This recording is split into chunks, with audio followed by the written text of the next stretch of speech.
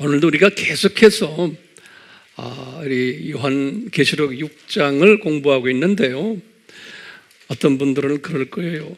목사님, 6장 공부를 하는데 왜 이렇게 간단하게 6장만 하면 되지 복잡하게 이런 걸 하십니까? 라고 질문 던지는 분 분명히 계실 거예요.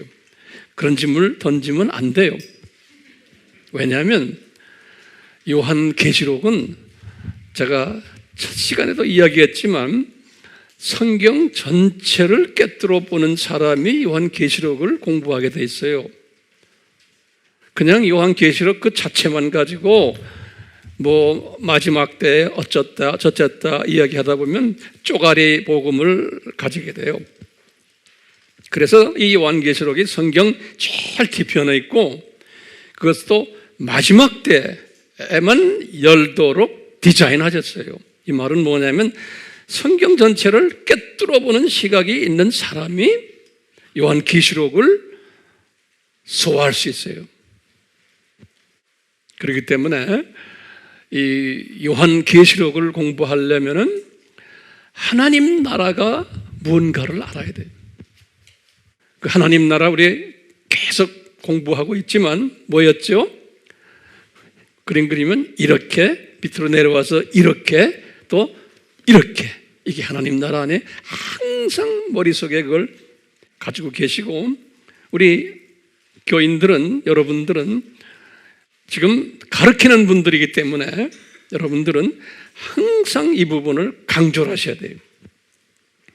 놀랍게도 교회를 다니고 오랫동안 예수님을 잘 섬기는 분들도 이 부분이 굉장히 약해요. 신학교에서도 이 부분을 잘 만지질 않아요. 그래서 목사라고 그래서 다 아는 게 아니고 학자라고 그래서 다 아는 게 아니에요. 제가 목사면서 학자이기 때문에 내가 자신 있게 이야기하는 거예요. 또 이런 부분을 수십 년을 그런 분들에게 가르쳐봤기 때문에 제가 알아요. 그렇기 때문에 여러분들 제 말씀 꼭 잊지 마시고 가르치실 때 아주 기초부터 단단하게 가르치셔야 돼요. 기초부터. 우리가 어떤 분들은 좀 성품이 급한 사람들은 기초 그거 다 아는데요. 그러고는 빨리 본론 이야기해 주세요 하는 분들 많아요. 그런 사람 나중에 알고 보면 실력이 없어요. 이 선진국 사람들 보면 기초 공부가 엄청나게 철저해요. 우리 집을 지어도 그렇잖아요. 기초 공부를 잘 해야 돼요. 그래서 지금까지 계속해서 제가요 성령님이 저에게 황 목사야 기초를 철저하게 가르쳐라. 저도 빨리 본론으로 들어가고 싶어요. 그런데 성령님이 본론 나중에 해라. 기초부터 먼저 시켜라. 그래서 저도 힘들지만 이 기초 이야기를 자꾸 하는 거예요. 자, 지난 시간에 우리가 어떤 기초 공부였어요? 왜 창세 전에 창조 목적 학교를 디자인하셨나? 우리가 이 공부를 했어요. 그 공부를 하기 전에 우리가 뭘 공부했냐면요. 이 12가지의 질문을 던지는 공부를 했어요. 이 질문 대단히 중요해요. 12가지 질문 기억나시죠? 이걸 다 외우셔야 돼요. 도포를 딱 보시면서 12가지 질문을 던지는 거예요. 그 질문을 던지시면서 무슨 답을 찾기 위해서 그 12가지 질문을 우리가 던져요? 무슨 답을 찾기 위해서? 여러분들 제 마음을 여러분들이나 똑같아요. 12가지 질문을 던진 그 뒤에 깔려있는 목적이 뭐예요? 이 세상은 창조 목적 학교다라는 것을 답을 찾기 위해서 그러는 거예요. 그래서 우리가 살고 있는 이 세상은 시간 세계고 이 세상은 저주받은 세계고 이 세상은 하나님의 자녀들을 창조 목적을 교육시키기 위한 세계고 이 세계를 만들기 위해서 창세전에 삼위 하나님이 하나님의 나라를 그냥 일직선으로 디자인하지 않으시고 하나님 나라를 일직선으로 갔다가 저 세상에 타락해가지고 시간 세계로 던져서 쭉 가다가 또 다시 저 세계로 올라가는 이렇게 하나님 나라를 디자인하신 거예요. 창세전에. 이것을 우리가 이제 더 자세히 나중에 보겠지만 이 디자인을 우리가 깨닫게 하기 위해서 12가지의 질문을 우리가 던진 거예요. 그때. 기억나세요? 12가지의 질문 중에서 우리가 왜 창세 때 지옥을 만드셨습니까? 그때는 사탄 타락도 없었을 때고 아담 타락도 없었을 때예요. 왜 그런 분들을 집어넣기 위해서 지옥을 미리 만들어 놨었습니까? 하면 그런 질문 우리 기억나시죠? 또 우리가 무슨 질문했어요? 왜 루시퍼를 만들고 루시퍼가 사탄이 될 것을 타락할 것을 미리 아셨나요? 하는 이런 질문도 우리가 기억나시죠? 예. 또 어떤 질문이냐면 왜 루시퍼가 타락했을 때 막지를 않으셨습니까? 전능하신 하나님이신데 이런 질문도 우리가 던졌어요. 그뿐입니까? 왜 그 루시퍼가 타락했는데 그놈을 잡아다가 그냥 지옥으로 던져버리시지 즉시로 왜 안 던지셨습니까? 이런 질문도 우리가 했어요. 이건 모든 사람들의 질문이에요. 그뿐 아니라 요놈을 왜 능력 있는 유명한 파워풀한 이름을 이놈에게 주셨습니까? 사탄이란 이름, 하나님을 대적한 자, 마귀라는 이름. 마귀라는 이름은 파괴자라는 소리예요. 분리자라는 이름이거든요. 공중 권세 잡은 자, 이런 모든 권리 이름, 유명한 이름, 이 세상 왕, 이런 이름들을 탁 주신 거예요. 왜 줬습니까? 그놈한테 지옥에다 집어 던져버리시지. 그러시면서 우리가 질문 또 던진 게 왜 에덴 동산에 이놈하고 같이 아담이랑 살게끔 하셨습니까? 이런 질문도 우리가 던졌어요. 또 뿐만 아니라 아담과 하와를 타락시키려고 유혹할 때 왜 막지를 않으셨습니까? 이런 질문도 우리가 던졌어요. 뿐만 아니라 아담이 타락했을 때 예수님이 사탄에게 나타나셔가지고 원시복음을 주신 거예요. 얘야, 내가 인간으로 내려와서 여자의 후손으로 내려와서 네 후손과 십자가에서 싸움이 있을 것이다. 그런데 내가 승리할 거다. 라는 그 복음, 그것이 뭐예요? 원시복음이다. 우리 기억나시죠? 왜 이거를 주셨습니까? 그뿐 아니라 제가 마지막 질문 던졌어요. 창세기 3장 22절에서 24절에 뭐냐면 이게 굉장히 중요한 질문이에요. 이 질문이 뭐냐? 아담이 자기가 죄 지은 것을 알고는 영생을 다시 회복받으려고 에덴 동산에 들어가서 생명나무를 먹으려고 막 할 때 왜 그것을 저지시켰습니까? 그룹 천사들을 보내가지고 화양검으로 탁 막아버린 거예요. 들어가지 못하게. 왜 이렇게 했습니까? 이거는 많은 신학자들이 이걸 가지고 고민을 해요. 그러니까 이런 것이 풀리지 않는 일들이 오늘날 교계 안에 신학계에 지금은 이 문제 해결 못해요. 신학교에서도요. 그런 가운데 우리가 지금 예수님을 섬기고 있네요. 그러니까 지금 12가지 질문을 던진 그 배 위에 깔려 있는 게 뭡니까? 다시 말해, 뭘 우리가 알려고 그래요? 이 세상이 창조 목적학교구나. 그리고 또 하나님의 나라가 복, 저주, 복으로 디자인되어 있구나라는 것을 우리가 깨닫게 하기 위해서 그래요. 자, 그런 이야기들을 우리가 쭉 공부했어요. 그럼 이런 것을 깨달은 사람은 이 세상을 보는 시각이 이제 정돈이 되는 거예요. 우리가 이 7,000년 이 세상이 이 창조 목적 학교구나. 그 7,000년 중에서도 우리가 지금 6,000년대에 살고 있는 거예요. 우리가 지금 살고 있는 게요. 그렇죠? 우리가 지금 6,000년대에 살고 있는데 이 6,000년 가까이 됐을 때 예수님이 공중에서 재림, 지상 재림 하신다고 그랬거든요. 성서에 보면요. 6,000년이 가까울 때 예수님이, 근데 지상 재림하기 전에 엄청난 산고들이 있을 것을 예수님이 디자인하셨거든요. 그러니까 우리가 지금 이 산고 속에 있는 거예요. 그러니까 이 예수님의 공중재림, 지상재림이 아주 가까운 때, 이제 이 창조 목적 학교가 거의 끝나가고 있는 이때에 우리가 살고 있는 사람들이기 때문에 이 큰 그림을 보면요, 이 큰 그림을 보는 사람은 내가 이 산고를 어떻게 소화를 할 것인가라는 최소한의 그 방법론이 나오고, 내가 어떻게 이 세상을 봐야 하나를 볼 수 있는 시각이 생기고 세계관이 정립이 되는 거예요.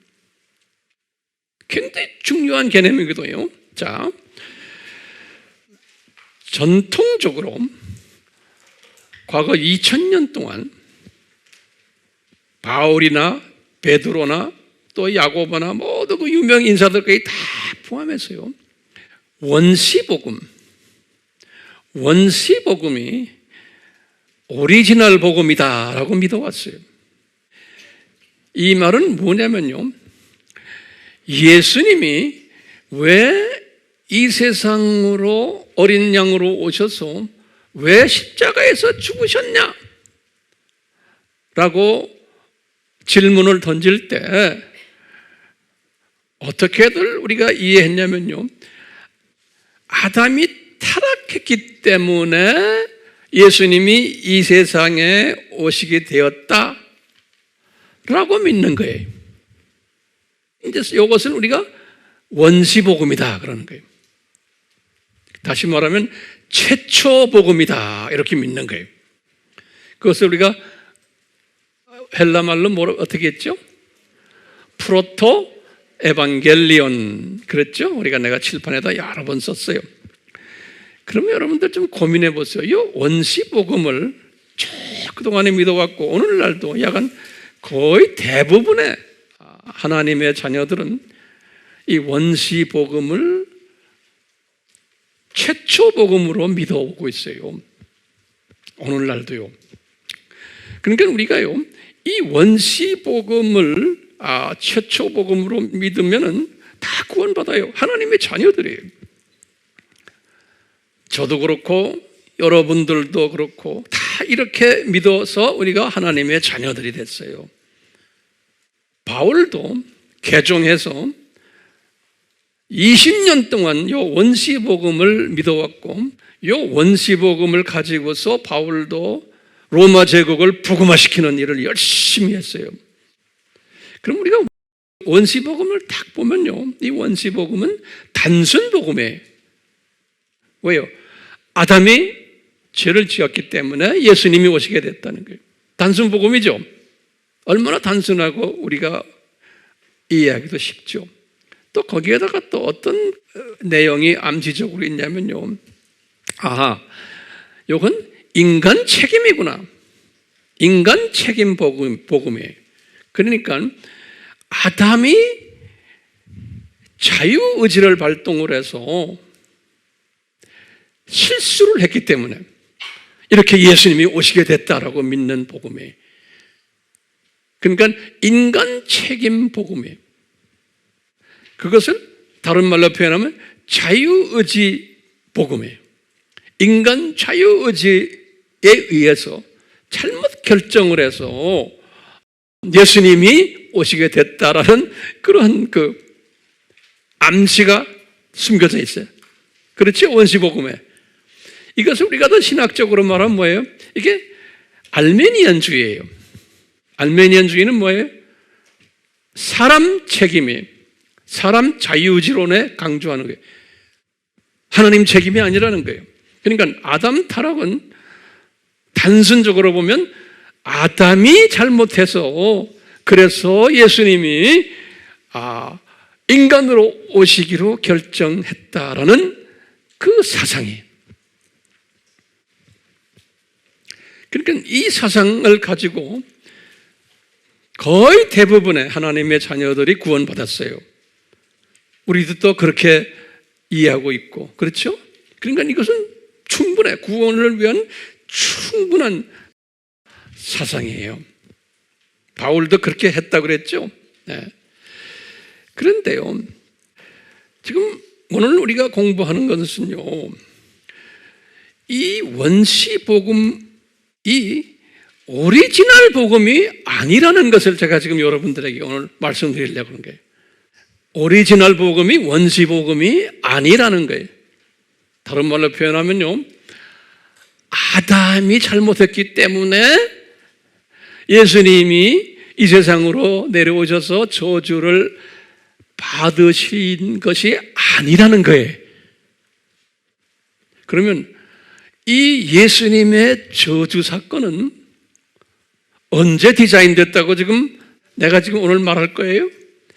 창세전에 이 예수님의 저주받으실 것을 디자인하셨다는 이것을 오늘 제가 설명해 주려고 그러는 거예요. 그런데요, 오늘 말하는 제가 이 내용은 나중에 바울이 깨달은 걸 기록한 걸 보면요, 요거는 대부분의 기독교인들은 몰라도 된다는 거예요. 대부분의 기독교인들은 뭐만 알면 돼요? 원시복음만 알면 되는 거예요. 그런데 특별히 하나님을 사랑하는 사람들, 다시 말하면 헌신된 자들, 제자급 사람들은 여기에다가 더 깊이 들어가서 업그레이드된 사상인 창세전에 이 사건을 디자인하셨다는 것을 알아야 된다는 거예요. 이걸 알아야지만 이 큰 그림을, 저 세상, 이 세상, 저 세상을 보게 되는 거예요. 세계관이 제대로 커지고 오늘날 이 산고를 소화하는 데 훨씬 도움이 되는 거예요. 그래서 이 요한계시록을 우리가 공부하면서 이 요한계시록의 큰 그림을 이해하려면 이 원시복음 요거 가지고는 여기에 잘못하면 그냥 쪼가리로 이해하게 되고 큰 그림으로 이제 볼 때는 이해가 더 쉬워지는 거예요. 그래서 이제 바울이 나중에 이제 깨닫지만 요 창세전에 디자인하신 이 복음을 바울이 뭐라고 부르냐면요, 이것은 하나님의 신비구나, 이렇게 바울이 불러요. The mystery of God, 그래요. 또는 복음의 신비구나, 이렇게도 불러요. The mystery of the gospel, 그래요. 그리고는 이 창세전에 이 디자인한 이 십자가를 나중에 이제 바울이 고린도전서 1장에서 뭐라고 부르냐면 이것은 하나님의 지혜구나, 이렇게 불러요. 바울이 깨닫고는 The wisdom of God, 그래요. 또는 바울이 뭐라고 부르냐면 똑같이 고린도전서 1장에서 그래요. This is the power of God, 그래. 하나님의 능력이구나, 이런 표현을 써요. 하나님의 뭐라고 그랬어요? Power of God and wisdom of God, 그런 거예요. 자, 나중에 우리가 시간이 있을 때 잠깐 보겠지만 우선 말이죠, 이 저주 계획을 한번 잠깐 보시면 여기 창세전을 영어로 뭐라 써요? Before, 한번 다시 적으세요. Creation, 그래요. 그리고는 여기 우리 뭐라고 그래요? Fall of 아담 그래요. 그냥 이렇게 적어보세요. 여기 주전 몇 년이에요? 4114년. 이렇게 그냥 외우세요. 모세가 언제예요? 모세? 예수님께서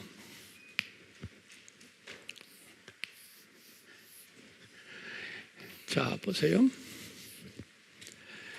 이 창세전에 이 십자가를 디자인했어요. 창세전에 이것을 저주를 curse라고 그랬죠.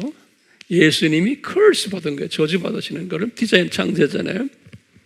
그리고는 아담이 타락을 해서 이때 프로토 에반겔리온을 준 거예요.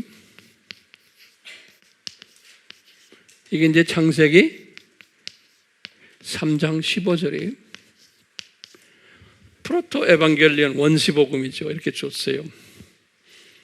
그러다가 이제 모세예요.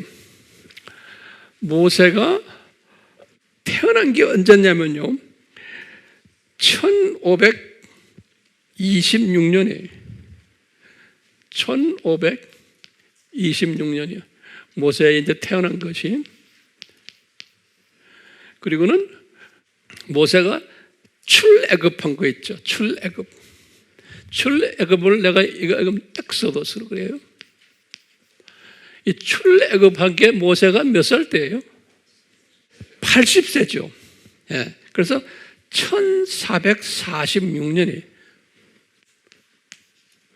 출애굽한 것이 80세 때, 80세 때. 그리고는 모세가 40년 광야에서 사역했죠. 이제 출애굽 해가지고, 그래가지고 모세가 40년 광야 생활 끝나면서 글을 쓴 글이 뭐예요? 신명기. 예. 신명기를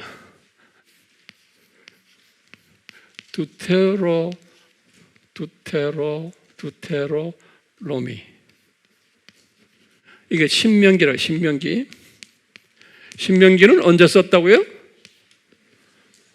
이제 모세가 120살 됐을 때라고 쉽게 생각하면 돼요. 120살. 이렇게 이제 모세가 죽었거든요. 죽기 직전에 쓰신 게 신명기예요. 이 신명기를 쓰실 때 뭐 여러 가지 중요한 이야기들 많이 했지만 우리 공부한 그 신명기 21장 23절이 21장 두트로노미 요 말씀을 딱 주셨는데 이 말씀이 뭐냐면 모세에게 그러는 거예요. 모세야, 내가 이제 너에게 법을 줄 텐데 저주받은 사람은 죽는 방법이 있다는 거예요. 하나님 그냥 일반 저주가 아니에요. The curse of God 그래요. 하나님의 저주를 받는 사람은 꼭 십자가에서 달려 죽어야 된다는 거예요. 이렇게 말하는 거예요. 그러니까 이스라엘 사람 중에서 죽는 사람들 중에서 대부분 사람은 돌로 쳐 죽이기도 하고 뭐 여러 가지 단방법으로 죽이지만 저주받는 하나님의 저주에 나중에 성경을 들여다보시면 여기 나와요. 성경 보시면 하나님의 저주를 받는 사람은 십자가에서 죽게 되어 있다는 거예요. 십자가에 나무에 매달려 가지고. 그런데 예수님께서 본인이 십자가에서 죽을 것을 언제 예언했어요? 이때도 창세 전에도 하셨고 오늘 이걸 우리가 공부하려고 그래요. 이 프로토 에반겔리온에서도 분명히 예수님께서 사탄에게 이야기했어요. 내가 십자가에서 죽을 것을. 근데 이제 구체적으로 이스라엘 사람들의 문화 속에서 이제 보여주는 거예요. 저주받는 하나님의 저주받는 사람은 십자가에서 죽게 되어 있다는 거예요. 하나님의 저주받는 사람은. 이렇게 말씀하시고는 다윗 때 다윗은 왕이 된 게 1040년이거든요. 그래서 1040으로 그냥 쓰세요. 이 다윗 때 다윗에게 환상으로 딱 보여주시는 거예요. 우리 잘 아는 시편 22편 1절이 다윗에게 환상으로 보여주시는데 뭐냐? 예수님이 십자가에 달리셔가지고 다윗이 그 환상을 본 거예요. 뭐라고 그러냐면 아버지 왜 나를 저주하십니까? 라는 환상을 본 거예요. 엘리 엘리 라마 사막다니. 이 다윗이 이 환상을 딱 본 거예요. 그러니까 지금 이 창세전 이것을 이루시기 위해서 다윗에게 이 십자가, 이 예수님이 실제로 저주받는 장면을 딱 본 거예요. 다윗에게 보여주셨어요. 그리고는 이 700년에 이사야에게, 우리 잘 아는 이사야 53장 5절에서 6절 보면 이사야에게도 이 사건을 쫙 보여주신 거예요. 예수님이 이렇게 저주받으실 것을. 그러시군 우리 잘 알다시피 이제 예수님께서 실제로 저주받으신 장면이 주후 30년이죠. 예수님께서 실제로 십자가에서 저주를 받으시는 거예요. 마태복음 27장 46절이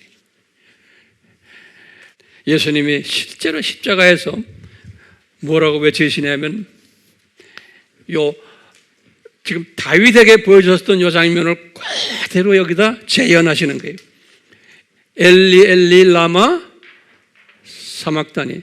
아버지 왜 나를 버리십니까? 이 말은 왜 나를 저주하십니까? 이 말씀이. 바울이 언제 기독교인이 됐어요? 여기 바울이 폴이 기독교인이 된 걸 컨버전이라고 그래요. 이 사람이 컨버전이라는 말은 개종했다 그런 소리. 폴이 개종한 게 35년이에요. 그래가지고요, 이분이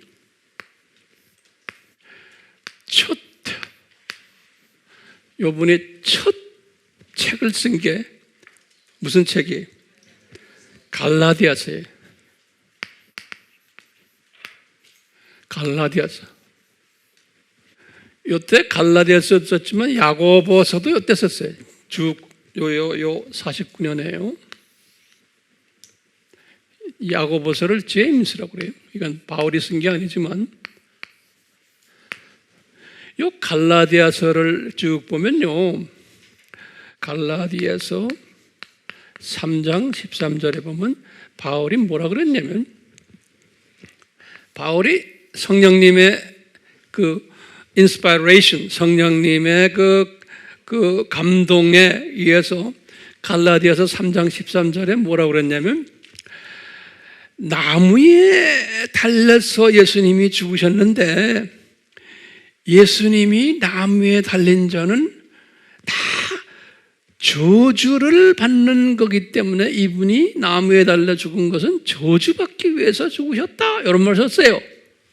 그러니까 예수님이 딴 방법으로 죽지 않으시고 십자가에서 죽으신 것은 저주를 받으신 분이다라는 것을 강조하는 거예요. 바울이 그걸 깨달은 거예요. 그러니까 바울이 저 말씀하실 때는 무엇을 생각하면서 성령님이 바울에게 가르쳤어요? 요 신명기 21장 23절을 생각하면서, 그래서 그것을 그대로 저기에다 인용했어요. 나무에 달린 자마다 저주 받으시는 분이다라는 것을. 그래서 예수님이 우리를 위해서 저주 받으신 거다. 그러니까 바울이 생각할 때는 어디까지 생각을 하냐면 창세전 십자가 생각을 하는 게 아니에요. 바울은 최대한으로 어디까지 생각하냐면요, 프로토 에반겔리온 생각하는 거예요.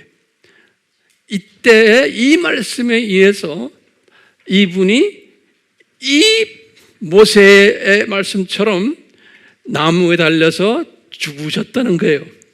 그러니까 바울의 생각은 프로토 에반겔리온, 원시 복음을 생각하면서 예수님이 그것을 이루시기 위해서 예수님이 십자가에서 죽으셨다는 거예요. 갈라디아서에서는.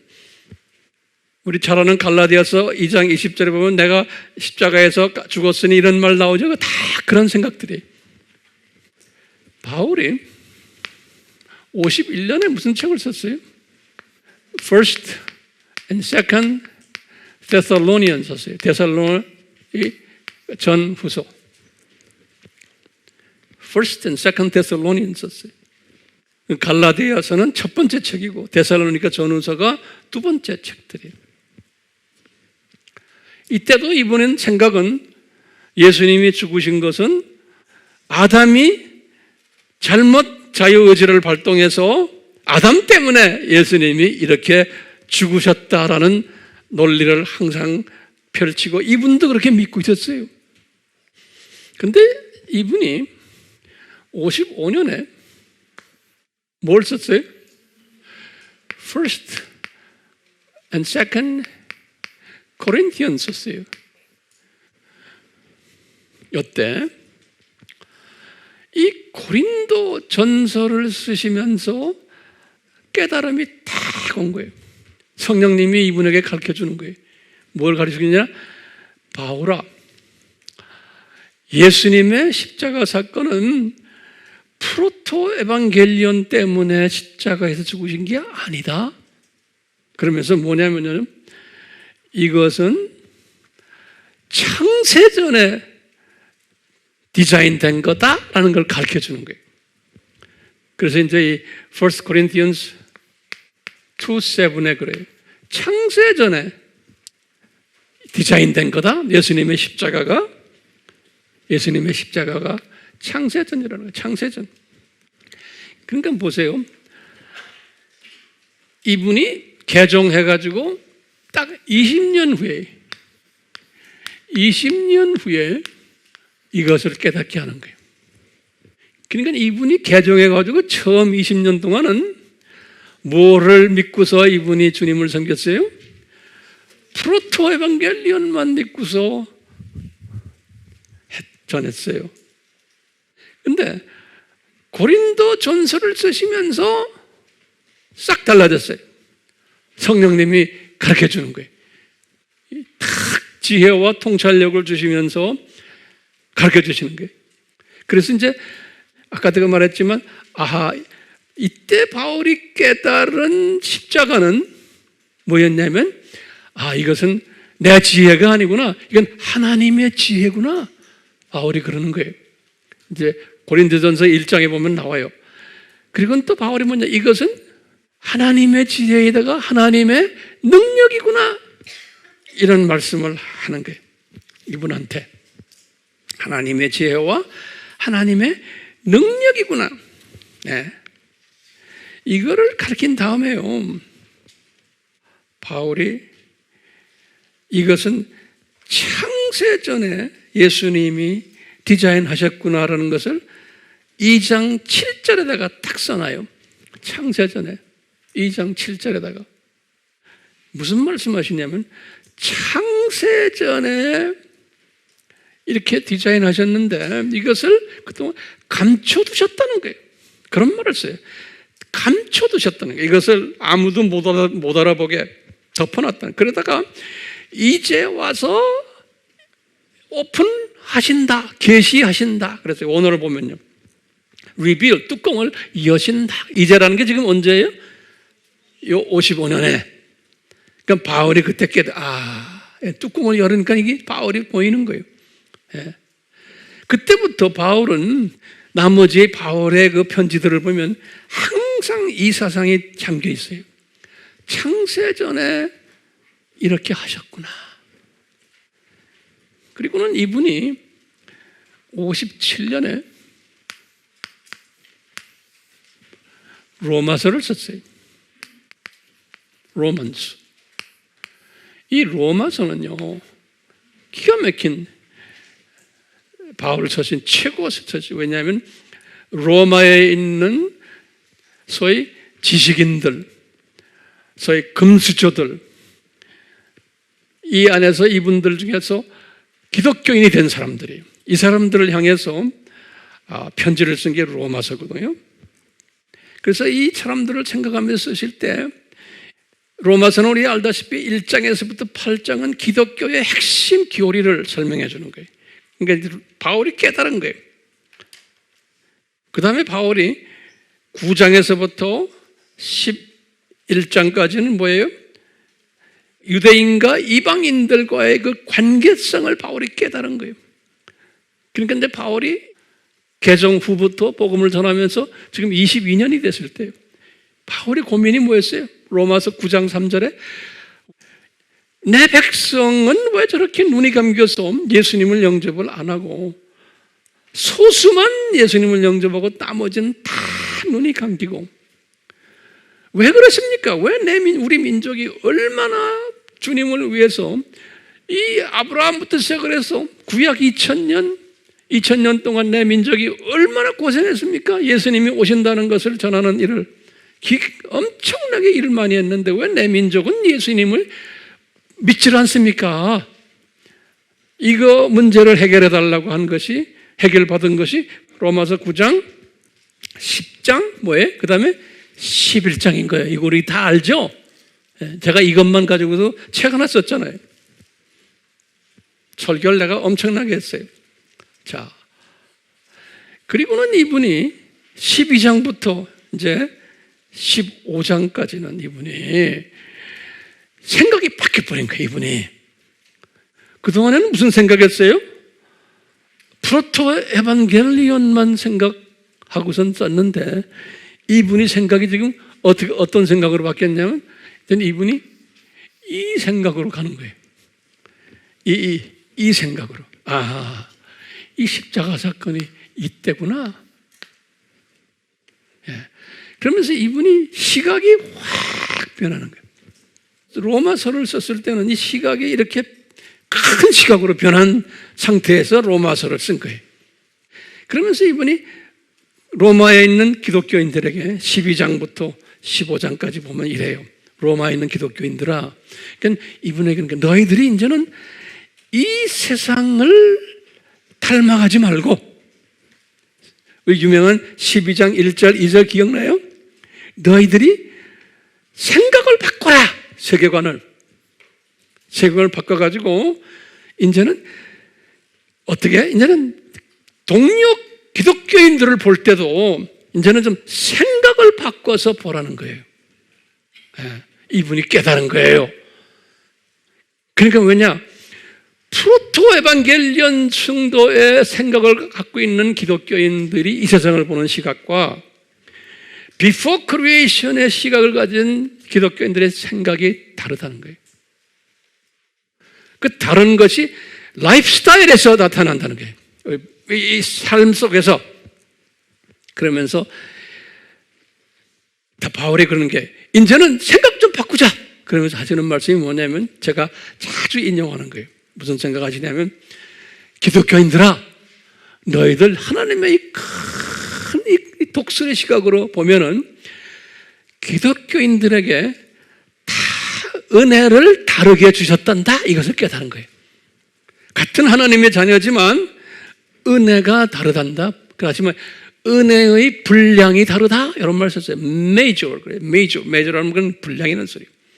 사람마다 은혜의 분량이 다르단다. 하나님의 자녀지만 이 생각을 바울도 가지게 된 거예요. 그 다음에 두 번째는 뭐냐면 은혜의 분량만이 아니고 은사의 분량도 다르단다 그러는 거예요. 은사도 다르다는 거예요. 분량이 다르다는 거예요.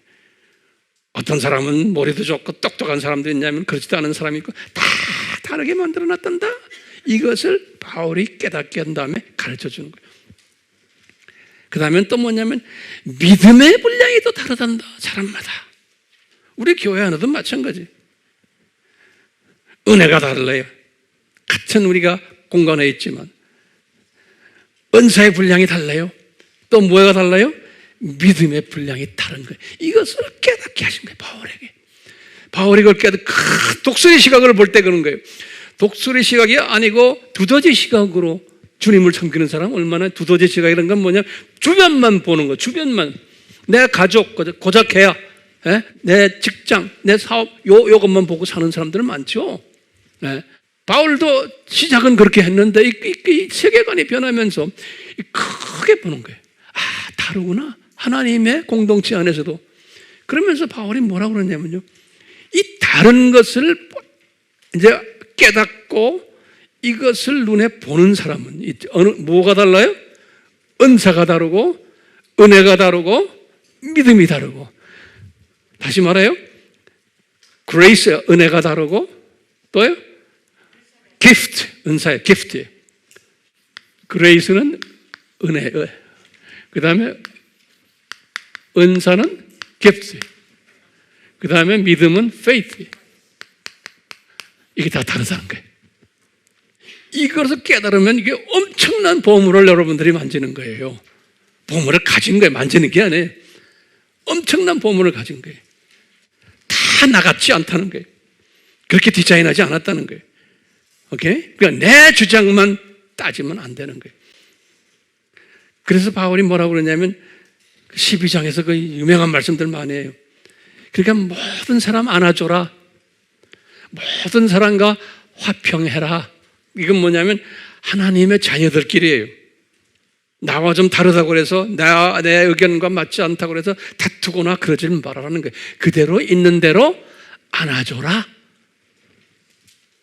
다 나와 다른 사람들이에요. 다르게 디자인하신 거예요. 그렇기 때문에 그냥 안아줘라 그러면서 그러는 거예요. 너를 괴롭히는 사람이 있으면 12장 마지막 편에 그러는 거예요. 네가 그 사람 원수 갚으려고 그러지 말아라 그러는 거예요. 이 시각이 작은 사람들은 내가 좀 손해봤어. 같은 하나님의 자녀들끼리 얘기해요. 내가 좀 자존심 상했어. 그 사람 때문에. 그러면 그걸 원수 갚으려고 하는 사람 있죠? 그 사람은 시각이 무슨 시각이에요? 두씨 시각, 두씨의 시각이에요. 뚜저대 시각이에요. 그래서 이제 우리가 이런 공부를 하면서 시각을 넓히는 연습하는 거예요. 그 바울이 뭐라고 그러냐면 여러분들 너 원수 갚으려고 그러지 말고 그 사람을 위해서 기도해주고 그 사람에게 더 잘해줘라 그러는 거예요. 그러면은 그 다음에 무슨 말이 있냐면 그렇게 하는 사람은 바울이 그랬어요. 마지막에 바울이 깨달은 거예요. 마지막에 뭐냐면 불을 머리 위에다 올려놓는 거나 똑같다는 거예요. 그러니까 하나님의 진노가 하나님이 그 사람한테 진노를 내리시겠다는 거예요. 진노라고 해서 구원을 무효시키는 것보다는 하나님이 좀 깨닫도록 그분에게 내가 손볼게 그런 소리는 마찬가지예요. 그러니까 내가 손보려고 하지 말고 예수님이 손보시도록 성령님이 손보시도록 하는 방법이 뭐냐? 시각을 크게 가지라는 거예요. 자, 그리고는 그때부터 이분이 이 바울이 편지마다 이 부분을 이야기를 하기 시작하는데 이 로마서를 딱 쓰면서 로마서는 16장까지 있죠. 16장 결론의 25절과 26절에 결론을 내리시는 거예요. 결론을 낼 때 보면 딱 여기 창세전 십자가 사건을 딱 이야기하는 거예요. 그러니까 이 15장 안에 다 설명해 주고는 15장 동안 마지막에 16장은 자기가 파송한 30여 명의 선교사들 우리 공부했죠?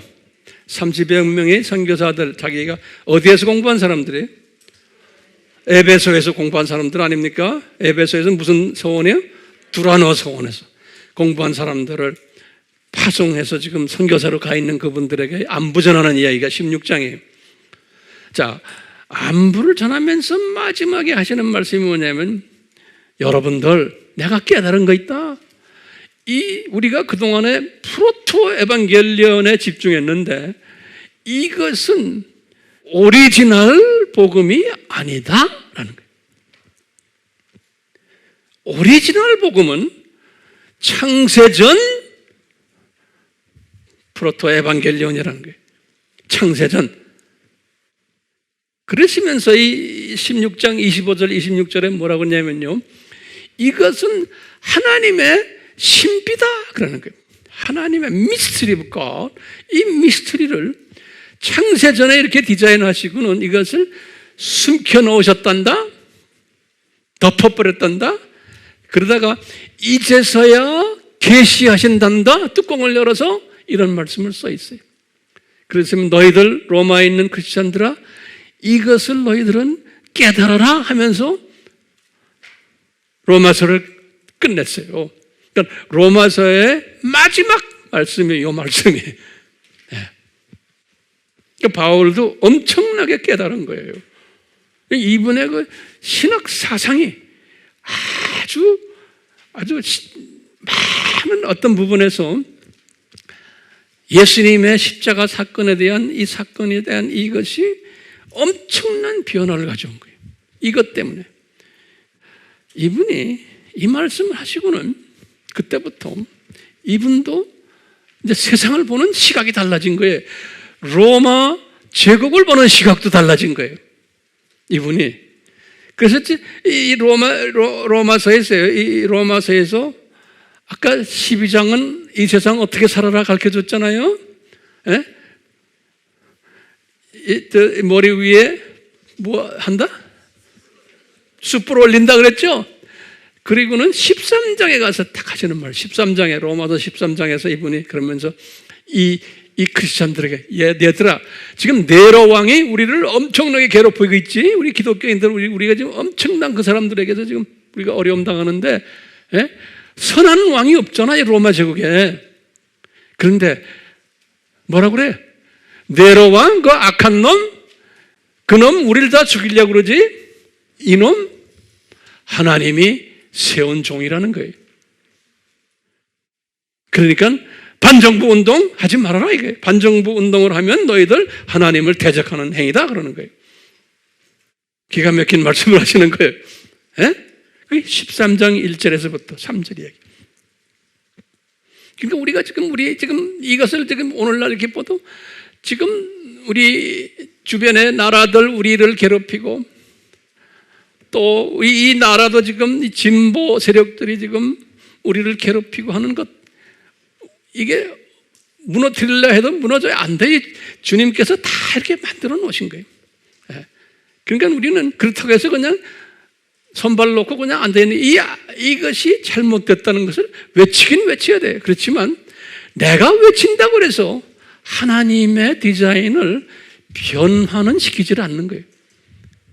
오케이? 그렇지만 외쳐야 돼요. 그렇기 때문에 바울도 외쳤어요. 네. 외쳤지만 그것은 그냥 외치는 것 뿐이지 크리스찬들에게 너희들 세상이 이렇게 간단다라는 것을 보여주기 위해서 외치게 하시지만 로마 제국을 무너뜨리는 것은 안 무너뜨렸어요. 언제까지 안 무너뜨렸어요? 로마 제국이 언제 무너졌어요? 476년에 바울 시대에서부터 400년 더 갔어요. 그 악한 세력이에요. 그랬으면서 바울에게 또 깨닫게 한 게 14장 15장이거든요 14장에 보면 그러는 거예요. 믿음이 있다고 하는 자들아, 믿음이 있다고 하는 자들아, 믿음이 연약한 크리스찬들을 잘 돌보고 그분들의 그 약한 부분을 안아주고 그래라 그러는 거예요. 왜요? 은사가 다르기 때문에 그래요. 같은 하나님의 자녀지만 은사가 다르기 때문에 바울이 깨달은 거예요. 그러니까 우리가 같은 하나님의 자녀들이지만 같은 교회 안에서도 은사가 달라요. 믿음이 강한 사람, 적은 사람 있는 대로 안아주는 거예요. 예. 그러면 때가 되면 주님께서 그런 사람들을 이렇게 믿음을 더 크게 하고, 하나님의 때가 있어요. 뒤집어 생각하면 나 자신도 그런 거예요. 나 자신도 밑바닥부터 시작을 해서 지금까지 이렇게 온 거지 하루아침에 된 게 아니잖아요. 이런 사상을 가지라는 거예요. 그리고 그 다음에 또 14장, 15장에 가면 똑같아요. 믿음이 강한 자들아, 그러는 거예요. 믿음이 강한 자들아, 너희들 믿음 없는 자들을 업신여기지 말고 그냥 잘 안아주면서 같이 가주라. 이 사상, 이 큰 그림을 본 사람은 그게 이제 딱 들어오는 거예요. 그리고는 제가 이제 마지막 설교예요. 62년이 여기 바울이 1차 투옥한 때죠. 그렇죠? 바울이 투옥을 하면서 옥중 서신을 쓰실 때 이 사람이 에베소서를 쓰실 때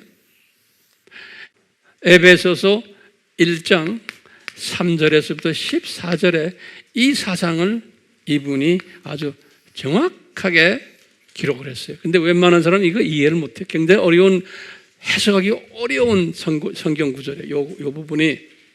예. 에베소서 1장 3절에서부터 14절이 제가 오늘 성구 말씀을 여기에 초점을 맞췄어요. 근데 이제 이해를 하시면 간단해요. 왜 에베소서에 이 말씀을 하셨을까요? 에베소라는 도시가 굉장히 유명한 도시죠. 우리가 사도행전에서 공부를 많이 했어요. 뭐로 유명해요? 두라노 소원이 있는 곳이. 두라노 소원이 언제부터 언제 두라노 소원 했어요? 요 53년부터 55년까지 2년 동안 여기 두라노 소원을 티라노스 스쿨 오브 티라노스 그래요. 여기 다시 말해서 성경학교에 신학교에 The School of Tyrannos 그래요. 두라노 소원 그래요. 티라노스 그걸 두라노 소원 그래요. School of Tyrannos. 사도행전 19장 9절에 나와요. 사도행전 19장 9절에 사도행전 19장 9절에 보면 School of Tyrannos 그래요. 2년 동안 공부를 해서 2년 동안 여기에 그러니까 그 지역에 있는 아시아 지역과 심지어 마게도니아까지 저쪽 지역에 있는 교계 지도자들을 다 모아가지고 2년 동안 바울이 신학을 공부시킨 것이에요. 요 2년 동안. 예. 그래서 초대교회 지도자들이 다 이 학교의 출신들이에요. 첫 신학교죠. 그렇기 때문에 이 에베소 교회는 상당히 목이 굳은 교회예요. 왜? 우리가 첫 신학교를 배출한 도시고 에베소 교회 장로님들이 굉장히 프라우드한 사람들이에요. 그래서 이런 사람들에게 나중에 이제 에베소를 떠날 때 에베소 장로들에게 설교한 거 우리 공부했죠? 다 공부했죠? 그런 에베소에다가 이분이 그동안에는 뭘 가르쳤냐면 프로토 에반겔리온을 가르쳤는데 두라노 소원에 있을 때도 그것을 가르쳤는데 이 말은 뭐예요? 아담이 타락했기 때문에 예수님이 오시게 됐단다? 이 사상이에요. 그렇죠? 그런데 이제 이분이 지금 이것을 깨달은 후에 이제 에베소서를 쓰실 때 이분이 첫 서두에 3절에서부터 14절까지 1장 굉장히 어려운 말로 표현했는데 이 서두에 창세전 십자가 사건을 디자인하신 것을 설명했어요. 에베소서에. 여러분들이 집에 가서 이제 그걸 읽으시면 이게 상당히 이해하기가 복잡하게 써놨어요. 그래서 우리 신학자들이 이 부분을 주석을 담글라가 몇 개를 보면 다 제 마음에 안 들어요. 아주 유명한 사람들도 보면 마음에 안 들어요. 왜? 이것을 보질 못한 거예요. 그렇기 때문에 그런 식으로 써놓은 거예요. 이것을 보질 못해서. 그래서 제가 여러분들 노트에 좀 적어보세요. 이것을 바울이 쓴 것을 제가 좀 간단히 정리를 해드릴게요. 제목을요, 창세전 하나님의 뜻이 무엇인지 아느냐? 다시 말해, 창세전 하나님의 뜻이 무엇인지 아느냐? 이렇게 질문 던져놓고 이것을 설명하는 거예요. 지금 요 에베소 교인들에게, 오케이? 첫 번째 뭐라고 말씀하시냐면, 성부 아버지의 기쁘신 뜻대로, 그것만 적으세요. 성부의 기쁘신 뜻대로. 거기 1장 5절에 그렇게 써놨어요. 기쁘신 뜻대로.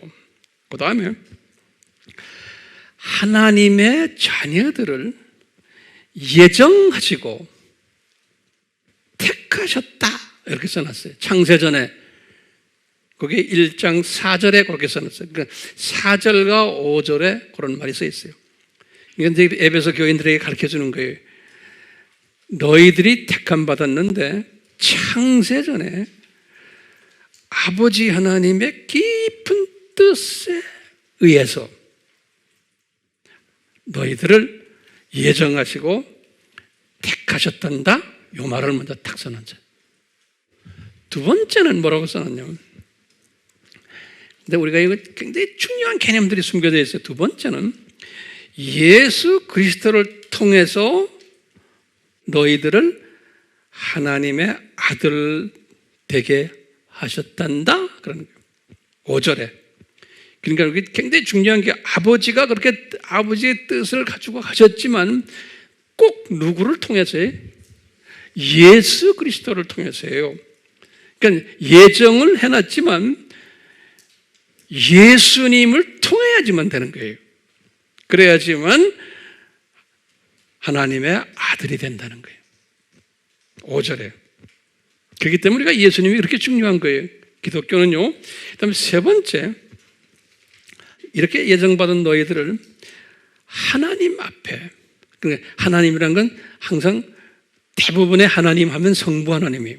성경에서는요, 바울이 말할 때 성부 하나님 앞에 너희들을 거룩하고 흠이 없는 그러한 존재들로 만드시기를 원하신단다. 하나님 앞에 너희들을 거룩하고 흠이 없는 존재들로 만드시기를 원하신단다. 이런 말씀을 하셨어요. 그 다음에 네 번째로, 이 하나님의 자녀들에게 하늘에 속한 모든 신령한 복을 주시기를 디자인하셨단다, 그러는 거예요. 이 하나님의 자녀들에게 하늘에 속한 그랬어요. 모든 신령한 복들을 주시기를 디자인하셨단다. 3절에 이렇게 써요. 3절에. 이것은 무슨 말이에요? 하늘에 속한 모든 신령한 복을 주신다는 게 무슨 말이에요? 우리 공부했죠? 육, 혼, 영의 복을 주신다는 거예요. 창세전에 다 그렇게 디자인하신 거예요. 거기다가 14절에 보시면, 1장 14절에 하나님이 너희들에게 그 복에다가 기업을 주신다는 거예요. 기업을. 기업이란 말은 뭐냐면 유업, 영어로는 inheritance 그래요. inheritance. 짭을 주신다는 거예요. 그게 무슨 짭이에요? 창조 목적 파트너 짭을 주시는 거예요. 창세기 1장 28절에 그냥 흠없이 온전하게 거룩하게 만들어 놓고는 그걸로 끝나는 게 아니고 거룩한 신령한 복을 주시고는 육혼령의 복을 주시고 그것만 끝나는 게 아니고 거기다가 짭을 주신다는 거예요. 창조 목적 파트너 짭을. 그게 3절 또 14절 창세기 1장 28절 이렇게 다 적혀 있어요. 그게 네 번째 아이디어예요. 지금 이 속에 깔려있는 이야기를 제가 지금 하는 거예요. 이 속에 깔려있는 이야기. 그리고는 뭐라고 그랬냐면요. 다섯 번째, 이 복은 은혜로 주시는 거다 그랬어요. 은혜란 말은 뭐냐면 free gift란 소리. 은혜란 말은요, grace란 말은 free gift, 은혜로 거저 주시기로 하셨단다 이렇게 써있어요. 6절에 이 복을 은혜로 거저 주시기로 하셨단다. 그 다음에 이제 여섯 번째로 마지막에, 그렇기 때문에 너희들은, 하나님의 자녀들은 이 하나님의 은혜의 그 복 때문에 감사해야 되고, 그 은혜의 복을 찬양해야 되고 영광 올려드려야 된단다. 여기 창조 목적이에요. 6절에 그렇게 써 있어요. 너희들은 이것을 언제 디자인하셨다? 창조 전에 디자인하셨단다. 이렇게 바울이 말하는 거예요. 이 에베소 교회 교인들에게. 그런데 이제 문제가 있는 거예요. 바울이 이 말씀을 다 하시고는 그 다음에 이어서 하시는 말씀이 쭉 에베소서의 그 내용들 보면, 이렇게 하셨는데 너희들은 옛 모습 그대로 돼가지고 우리 인간은 하나님의 뜻대로 이것을 못한단다 그런 거예요. 못한단다. 이게 하나님의 창세전 뜻이었는데 못한다는 것까지도 전지하신 하나님이 아셨다는 거예요. 전지하신 하나님이, 우리가 지난 시간에 우리가 공부했어요. 하나님의 형상으로 우리가 지음받았어요. 이 일을 하기 위해서. 그렇죠? 그 다음에 하나님의 모습으로 지음받았어요. 창세기 1장 26절에 하나님의 형상으로 하나님의 모습으로 지음받았는데 우리 인간은 한계성을 가지고 있어. 나약한 부분이 있어. 불온전한 부분이 있다라고 지난 시간에 우리가 자세히 공부했어요. 그렇기 때문에 우리 인간은 성령님의 도움이 반드시 필요한 존재예요. 그런데 전지하신 하나님이 창세전에 아셨는데, 뭐냐면 장차 만들어 놓을 하나님의 자녀들이 요 제멋대로 자기 자유의지를 발동해 가지고 이 성령님께 의지하지 않고 제멋대로 살 것을 미리 아신 거예요. 전지하신 하나님이. 그래서 창세전에 요놈들 훈련 좀 시켜야겠다. 창조 목적 훈련을 좀 시켜야겠구나. 그래서 그 훈련 계획이 뭐였냐? 예수님이 이 세상에 내려가서 훈련시키는 일을 직접 좀 하십시오. 그래서 어떻게 합니까? 이놈들에게 복을 줬다가 저주를 받게 한 다음에 예수님이 이놈들의 저주를 대신 좀 져주시고, 그리고는 이걸 깨닫고는 감사합니다 해놓고는 다시 영원 세계로 불러드립시다. 요 복, 저주, 복 프로그램을 이제 만드신 거예요. 그러니까 우리가 지금 이 세상에 사는 것은 학생 신분으로 지금 우리가요 이 세상에 지금 와서 지금 살고 있는 거죠. 그렇죠? 잠깐 이 세상에 와서 지금 학생 신분으로 지금 살고 있는 거예요. 이 세상을 보는 시각이요. 근데 이 시각은 모든 기독교인이 가지고 있는 시각이 아닌 거예요. 요 에베소서에서도 말하기를 뭐냐면요. 요 에베소서에도 그렇고, 요 고린도 교회도 그렇고, 뭐가 들어가 있냐면, 여기 보면요. 하나님을 사랑하는 사람들이 요 사상을 깨닫게 된다는 거예요. 다시 말하면, 이걸 뭐라고 그러냐면요. 요 에베소서에도 그랬어요. 그 한국말 표현이 뭐냐면 경륜, 맞아요. 우리 그런 말 들었죠? 하나님의 경륜이라는 말이죠.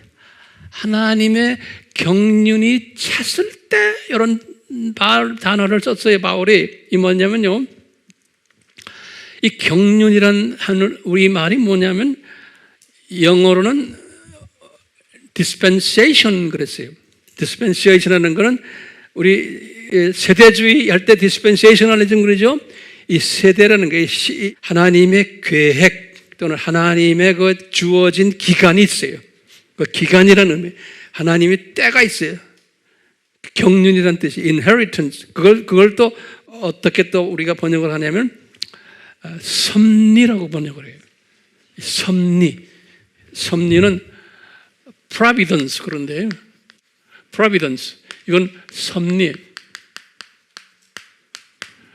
또는 아까 뭐랬지? 경륜은 dispensation 그래요. 이건 경륜이에요. 하나님의 뜻에 따라서 하나님의 때가 있는 거예요. 하나님의 때가 있는데 그것은 이제 전도서 3장에서 그랬죠. 모든 것은 때가 있다 그랬죠. 지금 이 사상이 굉장히 중요한 사상이에요. 바울이 그러는 거예요. 이 에베소 교인들에게 하나님의 뜻에 의해서 요 굉장히 중요한 개념이에요. 하나님의 뜻을 이루시기 위해서 하나님의 경륜에 따라서, 다시 말하면 하나님이 정하신 때요. 거기에 의해서 바울이 나도 이것을 깨달았다는 거예요. 그러니까 바울이 개종에서는 이것을 깨닫지 못하도록 하신 거예요. 20년을 훈련시킨 다음에 하나님의 때가 되었다. 그럴 때 이것을 바울이 깨달았다는 거예요. 그러니까 여러분들도 때가 되니까 이것을 깨달을 수 있는 거예요. 그러니까 못 깨달아도 괜찮죠? 다 구원받은 사람들이에요. 그런데 왜 이것을 깨달아야만 되는가? 특별한 사람들은, 그러니까 하나님을 사랑하는 자들은 이것을 하나님의 경륜에 의해서, 섭리에 의해서 때가 되면 깨닫게 디자인됐다는 거예요. 그러면 여러분들, 왜 여러분들은 이것을 하나님의 사랑하는 자들이라고 가정한다면 오늘 제가 말씀드리는 이것을 깨닫게 되는 거예요. 완전히 깨닫지 못하지만 어느 정도 희미하게나마 깨달을 수 있는 거예요. 이것은 크신 은혜예요. 이 깨달으면 어떻게 돼요? 깨달으면 이것이 보이는 게 이것을 보시라고 제가 오늘도 지금 말씀하시고, 지금 이것을 보시라고 지금 창세전 십자가를 디자인하신 것을 바울에게도 경륜에 맞춰서 때가 되어서 이때 바울에게도 보여주신 거예요. 그 유명한 바울에게도 금방 보여주지 않았어요. 이것을 깨달은 바울이 로마서를 썼을 때 이 세계관이 변해버린 거예요. 그러니까 우리가요, 왜 요한계시록을 공부하면서 황 목사님 왜 이런 것을 우리에게 설명하십니까? 이것을 소화하지 못하면 요한계시록을 소화할 수가 없어요. 두더지 시각으로는 소화할 수 있어요. 참새 시각으로도 소화할 수 있지만 이 독수리 시각으로는 소화를 못해요.